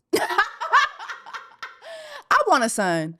I do. I want 'Cause all girls. I feel like, nah, Yeah. I want a son. 'Cause I feel like it'll be my chance to really raise a man that will make a good husband one day. I want you to make somebody happy, somebody's daughter happy. I want you to learn how to romance. I feel like men don't have romance anymore. It's not courtship anymore. I was saying this the other day on my pod. I was like, oh my God, it's just, men just do the same thing over and over again. It's hookah, lamb chops. Hookah. I don't want Jessie, when I get well and I go back out dating, I don't want no lamb chop. I don't want to Listen. see a hookah. Hookah, Hennessy, lamb chops. You better not ask me if I want Hennessy. That's Atlanta though. I am 58 years old. I want to go to the park. I want to walk. I want to go do an improv class together. But you know, when I said that, when I was saying all men know how to do, especially like in Atlanta, hookah, Hennessy, lamb chops. Hookah, Hennessy. Girl, that shit went so viral. I was in TSA the other day coming out of immigration. the immigration officer told me, hey, so what did you bring back from Mexico? Did you bring back any hookah, Hennessy, and lamb? Oh my God. I bust out laughing in the airport. You're really famous. But men in the comments were so mad at that. I'm like, no, we want you to think outside the box. There's so many things to do. And I'm not going to lie. I don't want to see a parsley plate. Girl. Get the parsley off my plate. Girl. There's so many things to do. And this is like, sometimes when I'm judgmental about dates, it has, like, I'm not trying to just be Judge Judy, but it has a lot to say about just your character. Yeah. And what type of, I have a lot of energy. You do. I like fun things. Yep. I like all the things. It has nothing to do with money. I want to know, as someone who does want to get married, and I do want to have I'm telling all my business. I want to have kids, and I want my husband to be active with the kids. I want it to be a lot like how my childhood was. My mom and my dad played with us. We did a lot of things. Yeah. I want to know that, like, you're okay with doing these things. Can we go play volleyball? Do I know how to play volleyball? No, but let's go try it. Let's go do it. Let's go to a play. Yeah. There's like, or do you have an open mind? And I also don't always want dates to revolve around food. Oh my God. Bruh. Oh my gosh. That's the first thing that happens when I get in a relationship. I get big. Oh girl, I done gained 12 pounds. Like, it's happy over here. Let's do But a I'm cooking like, class. Sir, I'm like, sir, okay, we're gonna have to be a little unhappy this year. Because I didn't get my skinny back. Just a variety Just of a little- days. Yeah, Just a yeah. variety. Yeah, but I agree with you. I feel like men don't really like to think outside the box. And then they think it's all money, money, money. No, you guys are boring. You don't think outside the box. You don't know anything outside of a parsley plate. You don't know anything outside of lobster mac with nigga dust on it. Like, What's please. nigga dust? Parsley. I love that. Hold the nigga dust. Like, Hold the nigga dust, please. Hold the green grass wall, please. Like, y'all don't know anything outside of that. And you don't even try. You know what I was going to say on my I'll say this now. You know what I would love for men to do? what? Especially single men who are single this Valentine's Day. Take your mama out to eat. Your sister. Your sister. Pick a woman in your family, go wine and dine her, and see Beautiful. what a beautiful experience that is. Sit down and talk to, especially those of y'all who have single mothers. Talk to your single mother, please. So Please. we did an episode and we had these two guys on. I feel so bad. I can't remember the name of their show, but they were two dope young men. They were in their 20s. And I asked them, because it's something that I asked my mom that you don't really think about asking your mama. Yeah. Like, Mom, what was your dating experience like? Like, my mom and my dad are still married. So I was like, what was it like before Dad, though? Yeah. Did you ever have, like, needs and wants that weren't met? Like, how do you like to be wined and dined by a man? Like, what was your dating experience? Who are you? Yeah, was you easy back then? Like, Yeah. Like, has anybody ever just asked your mama, like, what was it like? Are you really with who you love? I mean, tread lightly with some of the questions. You might not want the answers. That's a good answer. But those are some good that's a good question. conversations to have with the women that you love in your life, man. Like, just get to know your mama. Yeah. You be talking crazy about women on the internet, and your mama might have been one of those women. I'm not even trying to throw shade. You don't know. No, it's true. Did your mom value herself? Literally. It's an interesting Was your mother a conversation. 304? I hear 304 all the time. I was like, ain't that an area code? Why people keep calling me 304? My area code is 954. Mine is 817. Okay, so I didn't know what the fuck was going on. Then I saw the breakdown of a 3. I was like, oh, okay. Yeah. I wish I had a 304 era. I did. I did. I'm always, every time I talk about dating, I'm like, oh, somebody from my past don't get these come comments on and be like, bitch, tell shut my up. tales You of remember cock. that one? Come on and talk about, well, She you want to talk about tales of cock. Let me tell y'all a tale of cock for real. No, but I think that's so true. And like, I remember one time I asked my mom, I was like, Mom, like, have you ever sucked dick? You asked her that? Yeah. The reason for you don't know if your mama sucked your daddy dick? I'm pretty sure, but I've never actually. That's one of them ones I'm like, I think I'm good. Yeah, you know, I'm gonna assume. No, I asked her that because like my mom was like, oh, when you get married, you guys can live in the house with us. You know, Haitians tend to be very communal. Wow, And that's she's like, beautiful. oh, you can move in. You don't have to buy your own house. We all live together, one together. It's no problem. And I was like, Mom, I can't do that. She's like, why? I said, I scream during sex. You be screaming. I scream. And she was like, why? For what? because okay. They'd be feeling I was good. like, Mama, do you? Oh, why would you ask me that? You know, she never answered, but I'm like, I think my mama did it because I came here. But then again, I don't know. Haitian women, a lot of them are virgins, even the mamas. How? They birthed. They virgins. Like Haitian women are virgins. I don't get it. Haitian mothers are virgins. You ask that lady about sex, she don't know nothing about it. You don't ever see her get hugged on. You don't ever see her tongue kiss your daddy, nothing. You just be That's wondering, true. okay, so how did I get here? That's How did I get here? Y'all don't be tonguing each other down. Y'all don't be flirting with each other. my kids are going to. They're not here yet, but they are going to be so embarrassed. No, by how yes, much yes. I'm gonna be grabbing booty. I'm not their little booties, but like their dad's Their booty. dad booty, We gonna be yeah. flirting. I'm gonna be Period. tonguing him down. Like they're gonna be like, oh my gosh, Please can y'all stop? Yeah. Please Like stop. I love PDA. I love Yes. public displays Me of too. affection. Kiss me, baby. Kiss Hold me. my hand. Tongue me Put your down. hand in my back pocket. Period. Cuff my cheeks. And I'll cuff yours if you got one. Hello. I'm just playing. I don't Even- want no big booty. Well, yeah, nigga. yeah. We talked about Mr. Booty. Yeah. That was a one and done situation. And he still Yeah. had audacity. Lord have mercy. Lord have. But yeah, I Jess. feel like you're so right. Like people don't want to get to know each other anymore. It's scary. Yeah. Really think about this. You go on a date. Yeah. And I'm sure you and your man did this because it's only a few people that can do it. Yeah. You ask certain questions that are not just like, what do you do for work? I No. would like to not talk about that yet. Yes. What are you like?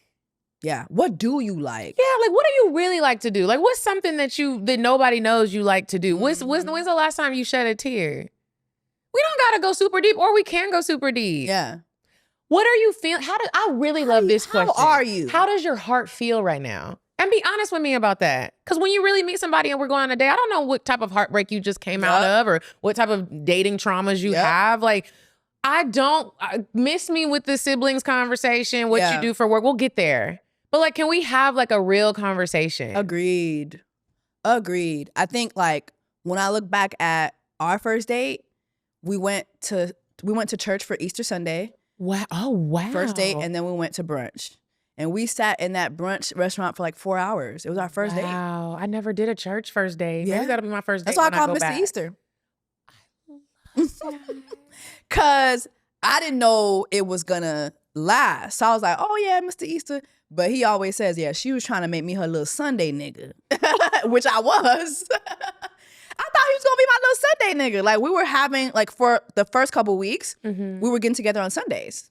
We would go to church and we would go to, the first time it was a Mexican brunch. The second time it was like this French restaurant that he found. That's another thing too. Like I love a planner. He's a planner. He would plan out the dates.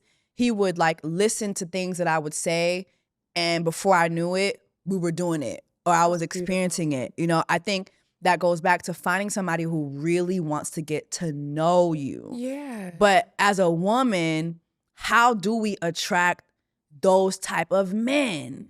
I think you got to get them vibrations high. I think you have to work on getting whole. You're probably in a very whole state right now.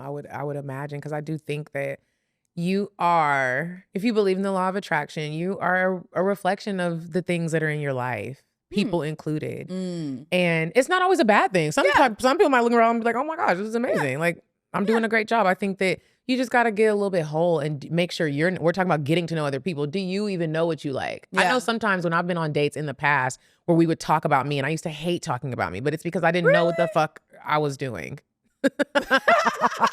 Like what did you feel you didn't know that you were doing? Life. Like I just didn't feel like anything I was doing was good enough or was like this like, I don't know. Like it would just be this, I didn't feel confident in myself. So I'd be like, let's just not even talk about me. Let's just talk about you the whole time.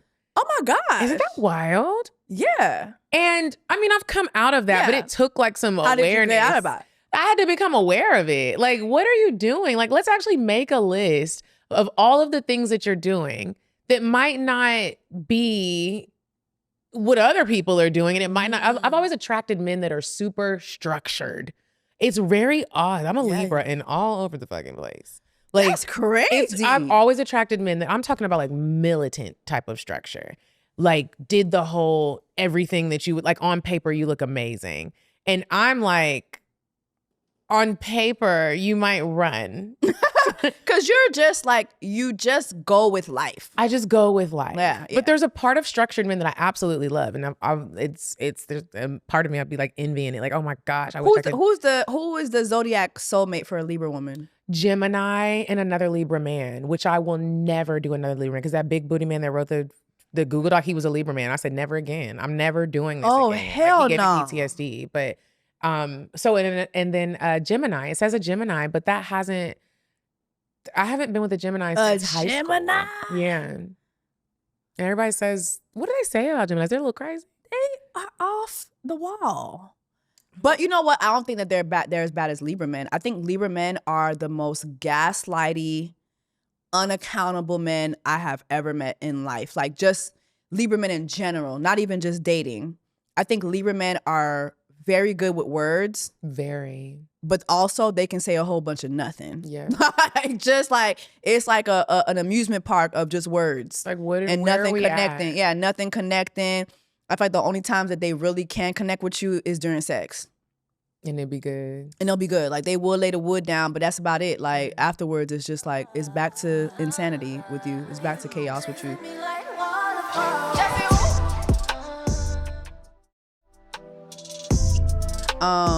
So beyond the big booty man, now that you are past big booty and you're past like your relationship, right? Let's talk about, because you were saying for a while you didn't know what to discuss about yourself because you didn't feel like you were doing it right. So what are you doing right now? Tell me 5 things that Medinah is doing right. Oh, my podcast. I feel very right about that. Cocktails, Dirty Discussions. Make sure y'all listen. I just got my real estate license. Good for you. Girl, I was so... Good for you have no you. idea how long I have been trying to pass that fucking test. Really? It's that hard? It was, for me, it was hard. Okay. I learned, like, the way that I learned, I actually had to call my mom. I called her crying and I said, Mom, am I on the spectrum?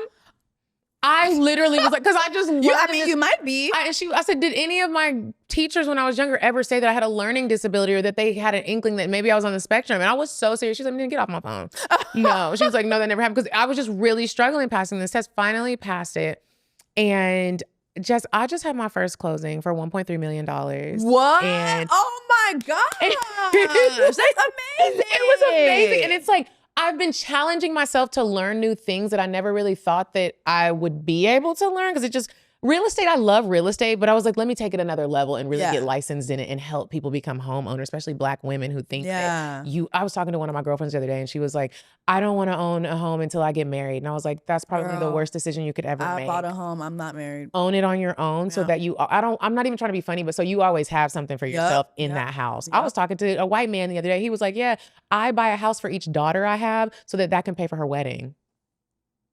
Look. I said, look at white people. Look at them. Like, they be getting on my nerves, but that I said, but they... So you're not stressed. Shit, but they be doing the shit. But they be... I said... They ain't shit, but they get shit done. That's the... Nah, like I said, thank you, Bill. That's because let me go ahead and get Apple and Olive a house so that these babies ain't out here trying to get tricked off on for a Chanel bag. Your house is your Chanel bag. So got my real estate license. I'm selling real estate and getting into real estate in a different way that I never thought I was ever going to do. That feels very well. Voiceover still booming and popping. Don't really talk about it a lot, but I love it. Great. I tried out for my worship team at church. Well, I'm not call you a bitch. Right? I almost did it. Sister! Girl. My sister in the Lord. I got up there and did I had to audition. What song? I did Worthy. Don't ask me. It was horrible. It was absolute. I got up there and it was bad, Jess. Worthy. I don't know that one. It's like a white people song. You know who I love? That's a white that. worshiper? Who? Tom Holland. I think it's Tom Holland. Hold on.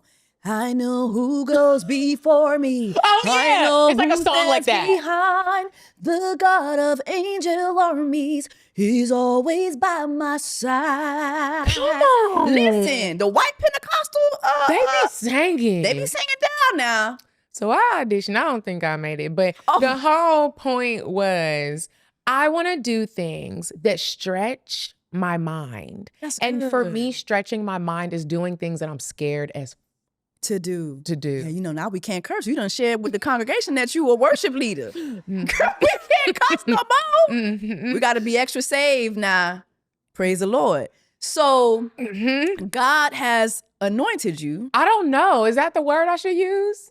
You don't feel anointed? I don't know. Maybe I'll feel anointed if I make the team. Like if I didn't make the team, he ain't do the anoint yet. He working on me. That's the point. He working on me. And this is the year that I'm like, let me go ahead and listen to you because I've been like, you don't know. And now I'm like, oh, maybe you know. And God do be letting me cuss. He do? Okay. All right. So we're going to throw a little cussing here and there. We sorry, Lord. But you know, hey, we still human beings. I couldn't believe I got up there in front of them people though and Are sang. you serious? And they still do auditions for worship leaders? Yeah. You know what? I think they do that at New Birth too. Yeah, I think you New should. Birth takes, you know why I don't want to worship lead? Why? Because, so I was a worship leader for years. I used to work in church. That's like, I had a whole other life before this. Wow. I used to work in church. I will tell you a story. I've never shared this before.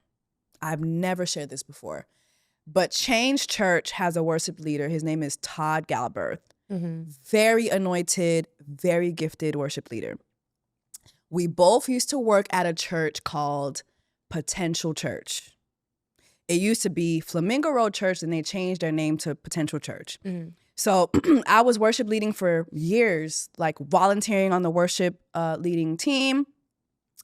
And then I started volunteering in children's ministry. So I was really involved. You was in there. And like the children loved me. Their parents loved me. I love children. And like I was so good at it. Even like white parents would come to me and be like, what'd you do to my son? He's actually listening to me now. Oh. Mind you, as soon as they parents, sit in the name of Jesus. Sit your Lord. Okay? And they're like, I love Miss Jessica. And my white kids, I love Miss Jessica.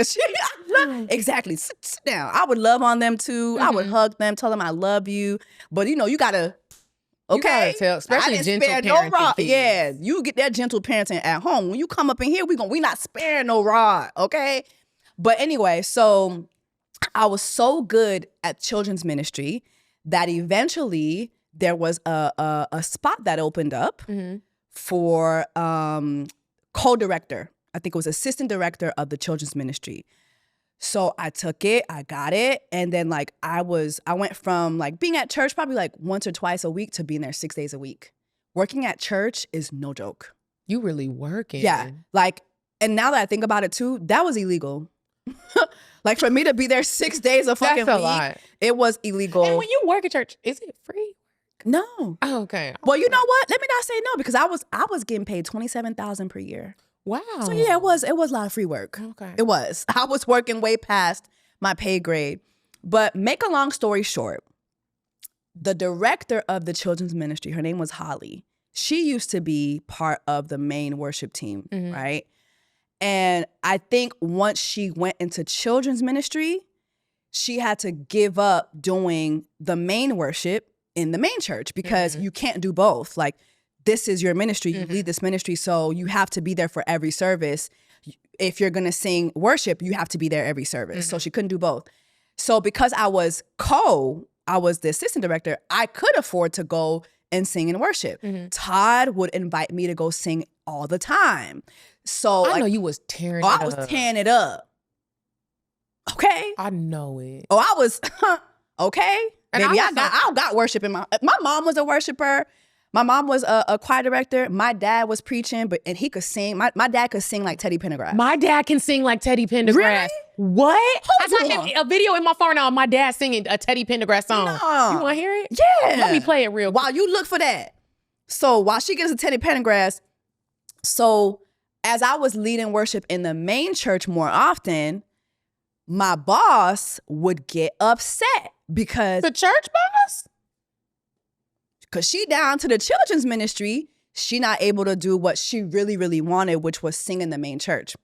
So we started kind of getting a little rifty, and there came a point where she had this, what's that thing when you have the puppets that talk?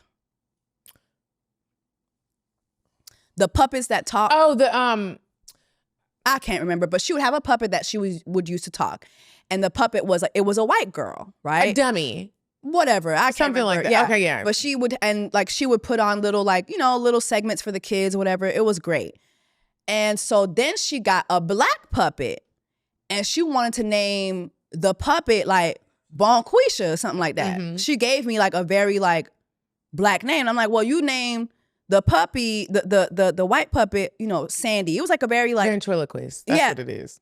And like Sandy had like, she wanted Bonquisha to do not only have the Bonquisha name, but also do like Bonquisha shit, basically. Like we rolling necks and smacking lips. And I was like, yeah, no, that's racist. Not we racist in the church. Well, the church do. Hello. Hello. Okay. If we want to talk about church and racism, it kind of goes hand in hand. And so that really started a rift between her and I. And she went and she complained about that I called her racist. She said that I wasn't honoring her. And then she said that Todd Galbraith, the worship leader, had an inappropriate relationship with each other. Mind you, the man was married. I've never shared this publicly. I've never even talked to him about this. So he didn't even know that was a thing that was said? Not until after I got fired for it. So she went, did the white women tears thing, cried about how I was making her job tough on her, and then said that, I was worship leading a lot, and then it was said that I had an inappropriate relationship with Todd, that I came on to him, that I sexually harassed him. Mind you, I am a victim of sexual abuse. Wow. Okay? That I sexually harassed this man, I was fired. So for a while, I was destroyed. That's rough. Yeah. So even it's funny because like 2 years ago, he and I kind of reconnected. And like every time I would get around him, I would get so emotional because He didn't even know. He doesn't even know. Maybe he'll know now. But he didn't even know that I lost my job. And at the core of that was racism and sexual harassment, something that I never did. Wow. All because this woman was mad. And white. And I was singing in the main church and she wasn't. Lost my job. When white women do the white woman thing, do you think they know they're doing it? Yes, absolutely. Absolutely. Wow. I think with her, I saw it firsthand. And I've experienced racism at work. I'm pretty sure you have too. And like growing up in Miami, I experienced a lot of racism like from white Hispanics. For Donald Trump. The white Hispanics that voted for Trump. I experienced a lot of racism now y'all there. gotta leave. Why y'all do that? Like, I really be looking at what's going. Is everybody okay? And that's why I'm taking a year off from dating, because the answer is no. No, because now y'all got to what? Y'all got to leave, right? But yeah, so for me, that ruined my relationship with church for a minute. Yeah. And I grew up in church. That ruined it for a minute. And I experienced other things in the church too. I think sometimes when you're up under a white pastor, but you're seeing how that white pastor doesn't really talk to the black staff like he does the white staff. Like I experienced that a lot with Pastor Troy. I saw that a lot. I experienced that a lot. Nah, I was about to say, Lil. Is that Pastor Troy? Right, it is. But, you don't know. But his name was Pastor Troy, literally. And literally it was crazy because like, you couldn't even just walk into his office and talk to him. He had a luxurious office at the church that he never used. But he had like a condo at the Trump Towers and a big mansion somewhere else. I can't remember where it was. So it's like, then you're looking at the church money. Which it's like, so I'm getting paid $27,000. I'm here 6 days a week. You only here to preach. But your office alone can pay me my salary for the next couple years based on the items in your office. Mm-hmm. So you just seeing all that, it's made my criticism on church even more tougher. And it's so funny because I'm at New Birth and everybody, the internet will drag Jamal Bryant left and right, because when he was single, he was, he was outside. He was outside. You right? ever been on a date with a pastor? Yeah. Really? I've heard horror stories about them, Oh, but yeah. we won't. Yeah. Maybe that's the next. Maybe that's the next episode. Past Let's the do date. the next. Let's do the. Remember, we said this. We're gonna have that gonna do talk. it. But yeah, so I say all that to say, still, I've learned that you just have to have your discernment Yeah. when it comes to church, and don't let folks stop you from doing what you really, really want to do, because the church is the people. And I'm really, really learning that, especially now at New Birth, like we serve. Like my man wakes me up on Saturday mornings, 6 o'clock, to go serve, I child. just love that. To go serve. So yeah, so I really hope you do make the team. I hope I make it. You gonna come see me if I do? I would love to. I would Okay. come. Okay. I would come see you lead worship now. I'm not leading it. I'm probably just gonna be in the background. So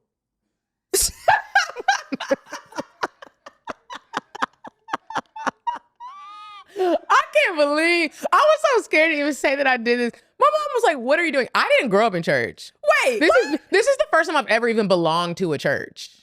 And this is so what sparked this? God. I almost called it the B word, but you can't even say that Yeah, after you that. can't cuss no more. Yeah, it was literally God. And I was like, wow. And then someone was telling me sometimes when God is moving in your life, the stuff don't be making sense. It just doesn't make. Yeah. It does not make sense. It And I'm doesn't like, make sense, but it makes sense. yeah. And I was like, okay.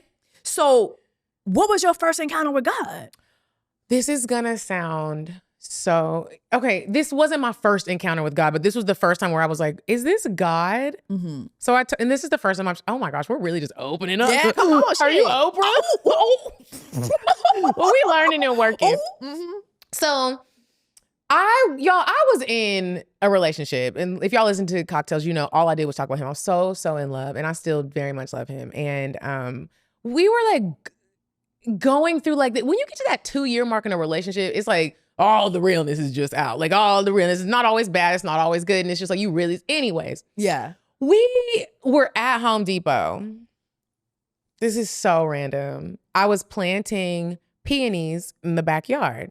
I did like a whole little garden. You were planting what? Peonies, it's a flower. Oh, I thought you said panties. I'm No, like, we do peonies. that in Some Haiti. people call them peonies, but the correct way to say it is peonies. I was gonna It's say, a we do that in Haiti for different reasons, though. plant peonies. We plant panties. Wait a minute. Why is You say how you doing yet? Ugon Paola. Ongong Pawila? Why is y'all Ongong Pawila? Listen, Why basic- are y'all planting draws? Listen, It's fertility? It's for fertility? can I tell you? Okay. Jesus. I need to know. Do I need to go plant some? Listen. If you want your man to want you properly, you plant panties. Where do you plant them at? He gotta have a backyard. That's the problem. A lot of niggas don't have backyards. So you can't just get a pot and put some... Okay. No. It can't be at no apartment building, none of that. He gotta have a home. You plant that. Do you sneak and plant them, or he need to be out there when you plant them? He can't know that you're doing this. He cannot know this. I wish I would have known this. Yeah. I'm going to get my nigga back. I'm about to dig up the hole and put my 2 pairs of drawers in there. To secure the love. Put 2 Wow. put 2. Yeah. I'll tell you what else you Well. can do off camera. We talking about Jesus now. Amen. I Amen. wasn't planting panties. I was planting peonies. Okay. And peonies is a flower. It's a beautiful flower. It's Okay. actually, it is the flower of love. Roses Tell get my the man, you ain't shine. never give me no panties. It's a season for them. Okay. So me and Bae, we're trying to find them because they go off the shelves quick. And a peony is it's not a normal seed. It's like a bulb. It's like a bulb, a really big bulb. And they come in like packs of like 4 or 6. You plant them. wow. So I was getting tulips, peonies, hydrangeas. I had this whole image for the backyard. I go to get, and mind you, we're good. I had no idea a breakup was coming at all. And so we're at Home Depot. I'm like, oh, let me get these seeds, these bulbs. I mean, I go to grab them, and I had like this Raven Simone moment where it was like, as soon as I grabbed the bulbs, I had this overwhelming sadness feeling come over my body. And I literally saw, I don't know what it was, but it said, you won't see these bloom. You won't see these peonies. Oh my gosh. Girl, I was like, what just happened? Again, nothing happened. So I was like, wait, why? And then I was like, whatever. Well, I'm like, come on, baby, let's go check out. That happened. And now when I look back, I won't see the fucking flowers bloom. Yeah. All of the ones that I planted. Oh my. Like, and it was and I was like, when I told my sister that story, she was like, that was God. That was God talking to you, like letting you know, like, there's some things that are probably about to happen in this relationship. You don't really see it coming, but he was trying to let you see it. But I was just like, let's go. And it was He really was foreshadowing, letting you know, hey, girl, this is nice. But this is really not where you're gonna stay. So. It was wild. It was the most wild. Like, I just never had an experience like that. And so now I'm just in a season of really making sure that I am intentionally listening, because again, like, so good. This was a rough one. You know how some breakups you be like, I'm good, and I'm going right back outside. And then some you be like, oh, it's gonna be a rough one. But this is so good. That's such a good word to listen to God. I do feel like, as we've been talking about dating, I mean, I didn't think we was going to end up here. I didn't either. I didn't think we was going to have a little church meeting now. I hope y'all still listening. Okay. You know what? Now that I think about that, you do got your first lady dress on. Oh my God. Period. No, you came here for a word. And I think that is so good, which is to pause and be able to listen to God's voice in your life. One of my favorite parts of Ruth finding Boaz, because a lot of people quote, I want to find my Boaz. I want to find my Boaz. I want to find my Boaz, right? And a lot of people don't talk about this part of the story, right? When Naomi was splitting up from Ruth and her other daughter-in-law, she said, hey, my son's done died. I'm too old. I cannot bear any more children for you to have husbands with, husbands. And so go back to your land, go back to your families. The other girl went. Ruth said, I will stay with you. And Naomi was like, no, you can go back to your home. You'll find a man there that you can marry. Like, this is her mom. This is her mother-in-law at the time. And she's telling her, go back home. I can't do anything for you. I don't have any sons. I don't got any money. I don't got any inheritance. And Ruth said, I will go where you go. Your God will be my God. I will go where you go. Your God will be my God. I will worship your God. And I truly believe that is the part a lot of people need to focus on. Because the reason why Ruth said that to her is because God told her that. Wow. I don't care what your mom is telling you. I'm telling you to go there. Period. And when she went there, Boaz was there. That's wild. Boaz was there. She found her Boaz. Boaz took care of her. All the women out there who want to find your Boaz, you need to make sure you're listening to God. Because some people in your life will tell you, go here, go there.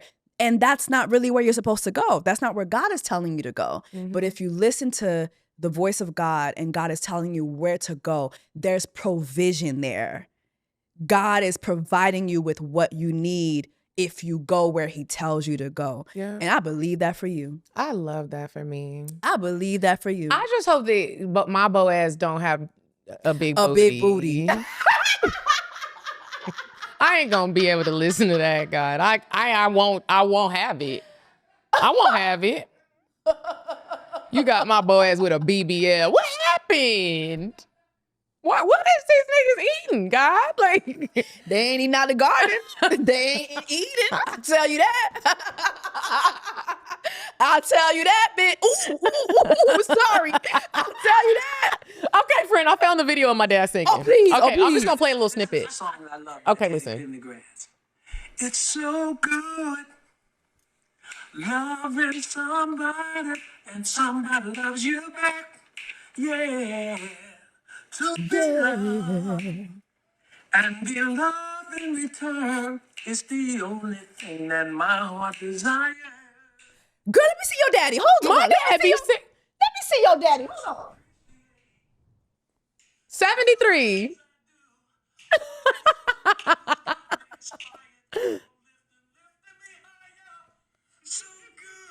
Is that your mom? That's my sister.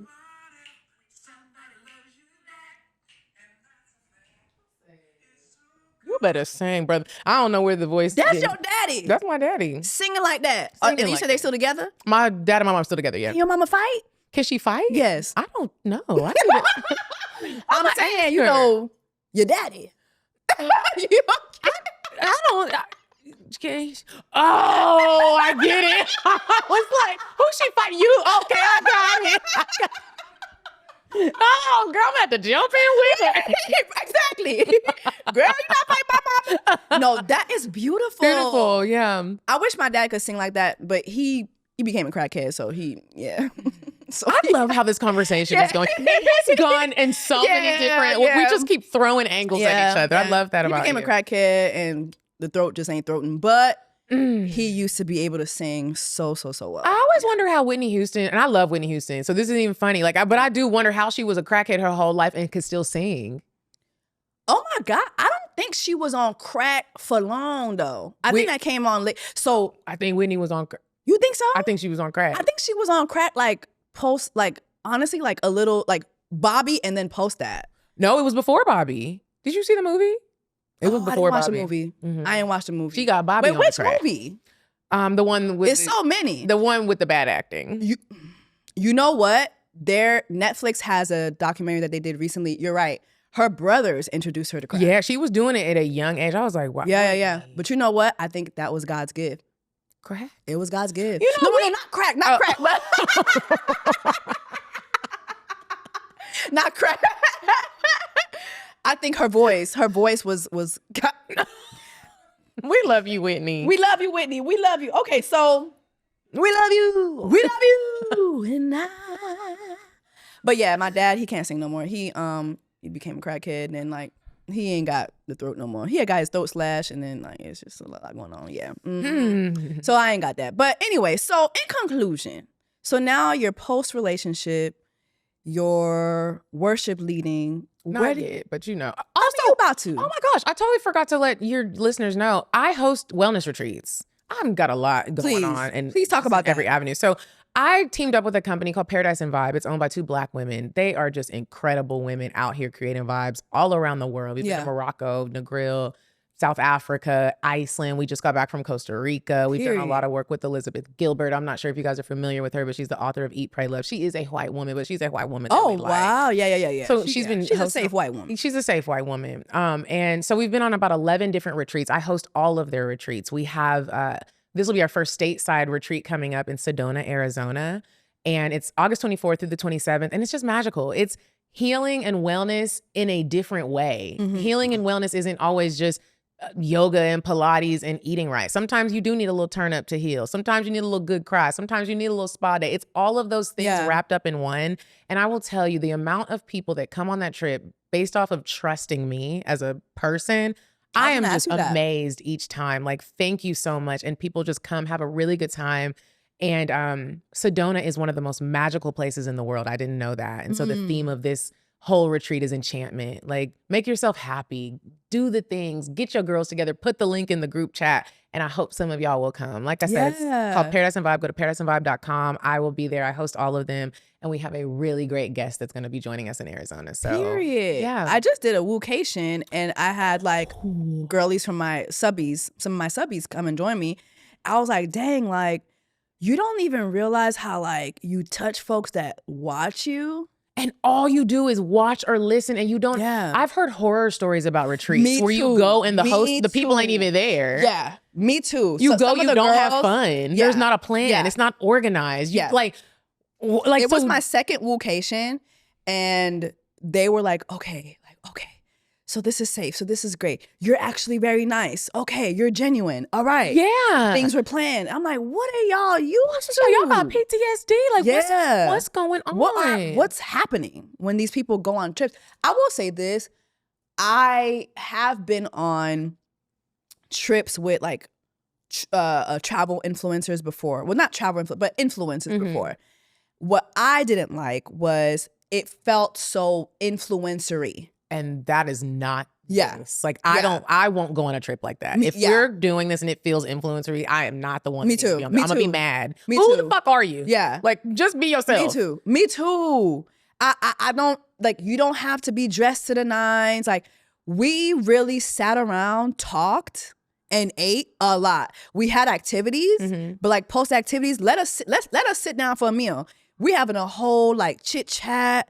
and discussion. I'm like, damn, it's like I'm on my YouTube, but like with all of y'all. It was like this out of body experience. Who the hell is getting arrested? My Lord. Is it a Trumper?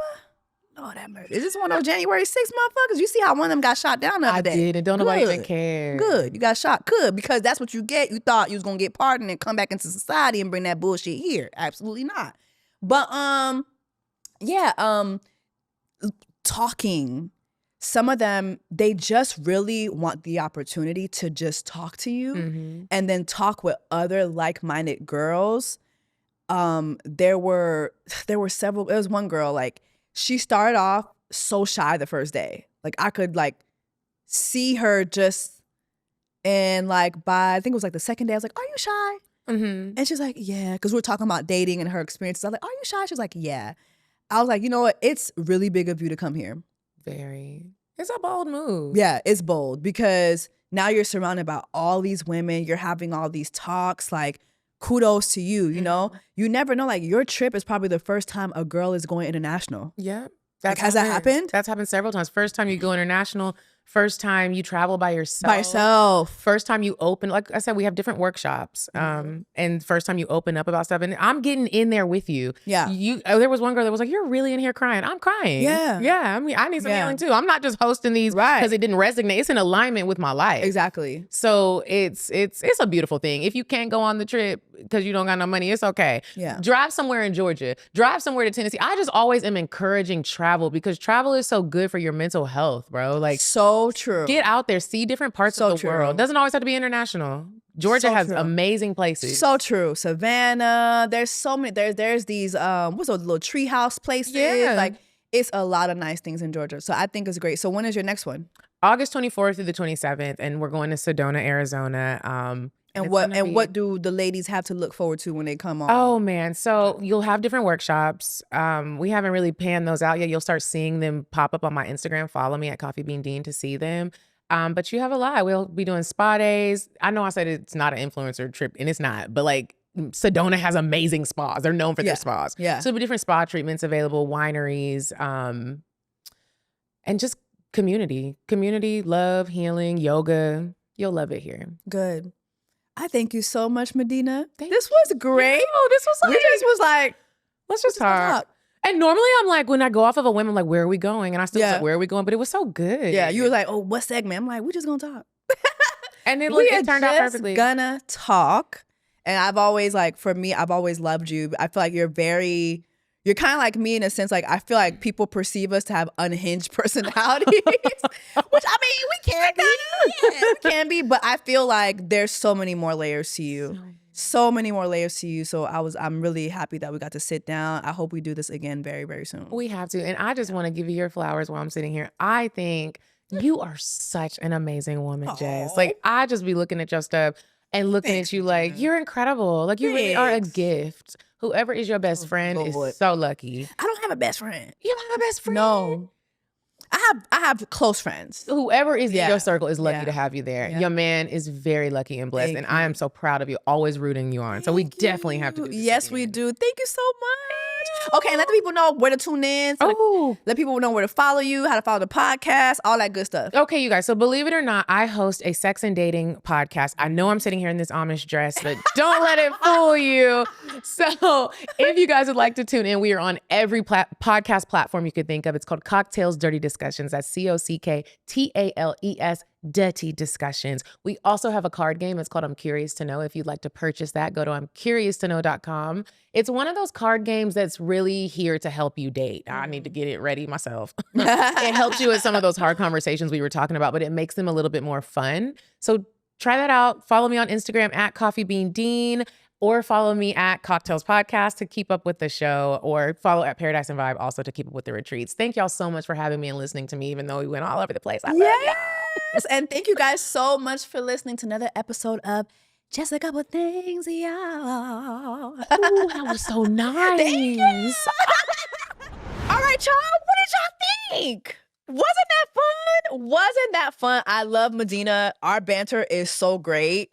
I thought it would be a great first interview to have, especially for February. You know, Valentine's Day is this month. Dating is in the air. Love is in the air. And I definitely want to dissect more dating topics this week. And so why not talk about dating in Atlanta and how ghetto it is? Okay? So Medinah Ali, thank you so much for talking to us about dating in Atlanta, child. It is ghetto, and we hope that it just gets better. It gets better, especially for all my single girlies out here. All right, y'all, before we leave, let's do a quick set it off, I suggest. Set it off, I suggest. Set it off. Okay, remember, guys, you can send me your dilemmas. You can send me your am I the asshole? Also, there was an email that I got the other day that I deleted by mistake. But if you or anyone you know is in a relationship and you think it's a scam, you can reach out to me, okay? Me and Simone Redwine, attorney at law, we are working on something together to help deliver y'all hoes because y'all be picking the wrong mens. And you know what? For the men too. For the men too. We want to help all y'all. So go ahead and email jessacouplethingsPod@gmail.com. JessacouplethingsPod@gmail.com. Don't send me your dilemmas anywhere else. It will not get read. Thank you so much. Okay? But all right, let's go ahead and read this Set It Off I Suggest letter. Hold on. Hi, Jessie. Thank you so much for reading my letter. How'd you know I was going to read your letter? I would like to stay anonymous, but thank you so much for opening the floor for me to send this to you. I am 24 years old, and my sister is 30, and we got handed down a very, very nice apartment from our parents. Now, their will sort of just said it's up to us how we split it up. So we sort of just decided that because it's in the family trust, just to both use it how we saw it fit. So 2 years ago, my sister got a job and I moved to the city with her. We both work in Manhattan. Her family has 2 kids and a husband, and now I am going to grad school in the city and want to live there as well. It's basically free, and which is super helpful with student loans. Now, my sister moved into the master bedroom. She gave her 2 kids her old bedroom and the guest room. The master bedroom and the guest room both have their own bathrooms. My old bedroom from when we stayed there with our parents is pretty small, but I loved it at the time because it was never our primary residence. Now I want to live in the guest room with the restroom as I am now an adult and I have my niece move to my old room. My sister is saying it's unfair to move my 8-year-old niece, but I don't think so because it's my apartment just as much as it is hers, and she already moved to the master, which even though it's much nicer, I have no issues with. On a side note, I also requested my father's old office, which her husband uses while she uses my mom's. My mom's has 2 desks and is objectively the most beautiful room in the whole apartment. As a student, probably going to have to work a couple separate jobs to pay for my education, it would be really nice to have a desk to do my homework on. My brother-in-law is also a stay-at-home dad. And mainly uses the office for gaming. Ooh, girl. Am I the asshole for wanting to use our apartment like this? Ooh, girl, that's not gonna work. That's not gonna work. That's not gonna work. That's not gonna work. Sister, your sister moved in there with her family. Like, you really just really have no say so. I know the will says what it says, but your sister knew exactly what the fuck she was doing. Your sister knew exactly what the fuck she was doing when she moved into the apartment with her entire family like that. She was just letting you know, like, this is my apartment now. This is my apartment now. This is not your apartment. Girl, you in danger, girl. You in danger, girl. Her husband, her kids, it's just, I would possibly, here's what I would do, or I would propose. I would propose that if there's a way to buy you out, that your sister buys you out of that and you go find your own place. If not, I would see legally what the legal ramifications are to sell it, and then y'all could split that. but something tells me it's not just gonna happen that easy. So I would like I'm not even gonna propose that you have this discussion with your sister. It's girl, them people not moving. Them people not moving.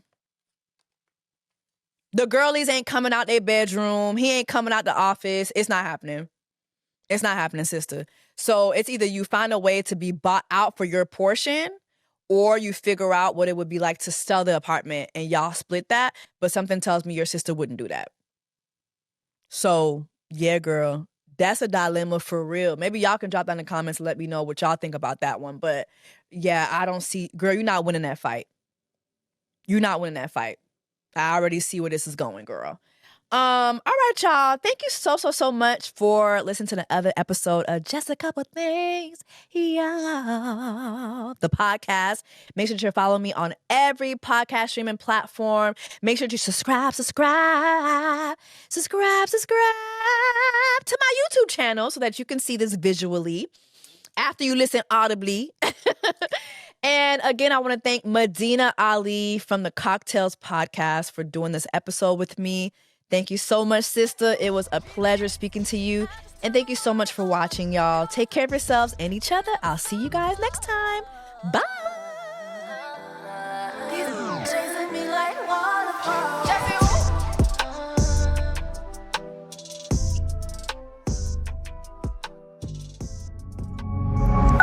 Pioneer.